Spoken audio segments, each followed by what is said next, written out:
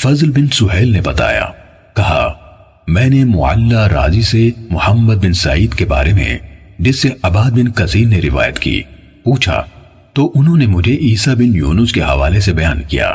کہا میں اس کے دروازے پر تھا، سفیان اس کے پاس موجود تھے۔ جب وہ باہر نکل گیا تو میں نے ان یعنی سفیان سے اس کے بارے میں پوچھا تو انہوں نے مجھے بتایا کہ وہ کذاب ہے۔ صحیح مسلم حدیث نمبر 39۔ محمد بن ابی عتاب نے کہا مجھ سے عفان نے محمد بن یحییٰ بن سعید قطان سے حدیث بیان کی، انہوں نے اپنے والد سے روایت کی، کہا ہم نے نیک لوگوں یعنی صوفیہ کو حدیث سے بڑھ کر کسی اور چیز میں جھوٹ بولنے والا نہیں پایا۔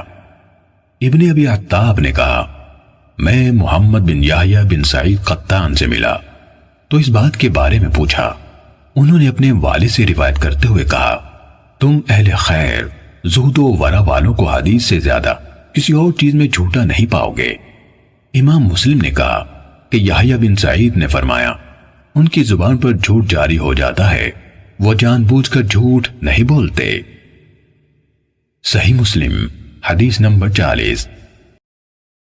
خلیفہ بن موسیٰ نے خبر دی، کہا میں غالب بن عبید اللہ کے ہاں آیا تو اس نے مجھے لکھوانا شروع کیا۔ مکحول نے مجھ سے حدیث بیان کی، اسی اسنا میں پیشاب نے اسے مجبور کیا تو وہ اٹھ گیا۔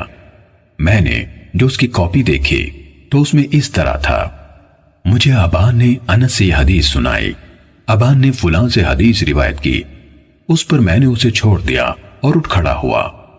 امام مسلم نے کہا اور میں نے حسن بن علی حلوانی سے سنا، کہہ رہے تھے میں نے عفان کی کتاب میں ابو مقدام ہشام کی وہ روایت دیکھی جو عمر بن عبدالعزیز کی حدیث ہے، اس میں تھا ہشام نے کہا مجھ سے ایک شخص نے جسے یحییٰ بن فلاں کہا جاتا تھا محمد بن کعب سے حدیث بیان کی، کہا میں نے عفان سے کہا اہل علم کہتے ہیں ہشام نے یہ حدیث محمد بن کعب سے سنی تھی، تو وہ کہنے لگے وہ ہشام اسی حدیث کی وجہ سے فتنے میں پڑے، پہلے وہ کہا کرتے تھے مجھے یحییٰ نے محمد بن کعب سے روایت کی، بعد ازاں یہ دعویٰ کر دیا کہ انہوں نے یہ حدیث براہ راست محمد صلی اللہ علیہ وسلم سے سنی ہے۔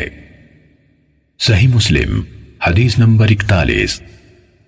مجھے محمد بن عبداللہ قہزاز نے حدیث سنائی، کہا میں نے عبداللہ بن عثمان بن جبلہ سے سنا، کہہ رہے تھے میں نے عبداللہ بن مبارک سے کہا یہ کون ہے جس سے آپ نے عبداللہ بن عمر رضی اللہ عنہما کی حدیث یعنی عید الفطر کا دن انعامات کا دن ہے روایت کی؟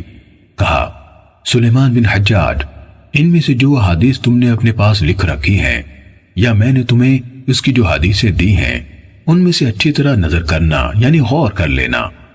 ابن قہزاز نے کہا میں نے وہب بن زمان سے سنا، وہ سفیان بن عبد الملک سے روایت کر رہے تھے، کہا عبداللہ یعنی ابن مبارک نے کہا میں نے ایک درہم کے برابر خون والی حدیث کے راوی روح بن غدیف کو دیکھا ہے، میں اس کے ساتھ ایک مجلس میں بیٹھا تو میں اپنے ساتھیوں سے شرم محسوس کر رہا تھا کہ وہ مجھے اس سے حدیث بیان کرنے کے ناپسندیدہ ہونے کے باوجود اس کے ساتھ بیٹھا دیکھیں، یعنی اس کی حدیث ناپسندیدگی کی وجہ سے اور اس کی روایت میں نامقبولی کی وجہ سے۔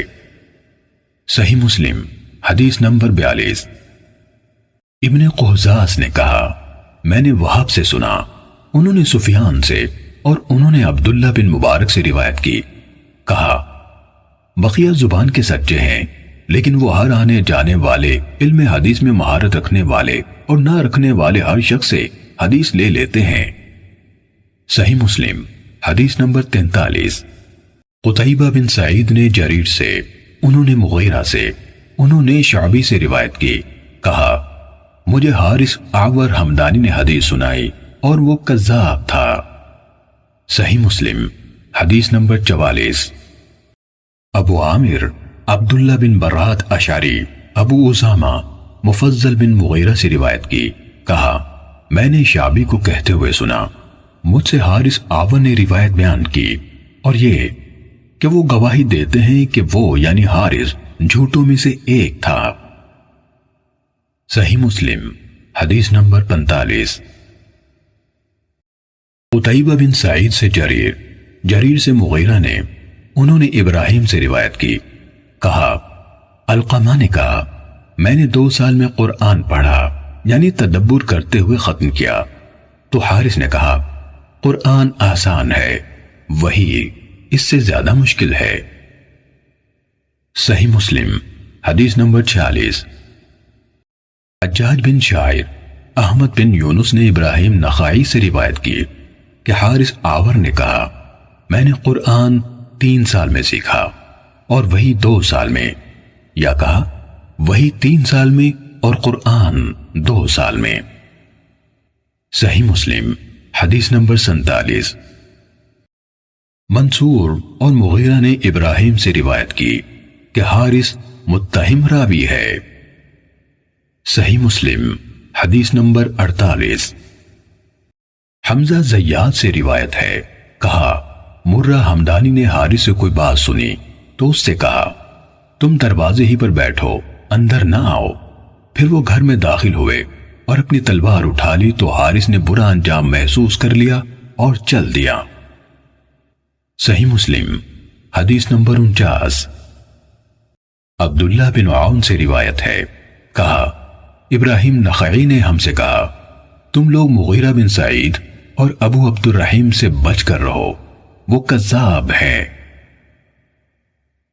صحیح مسلم حدیث نمبر 50۔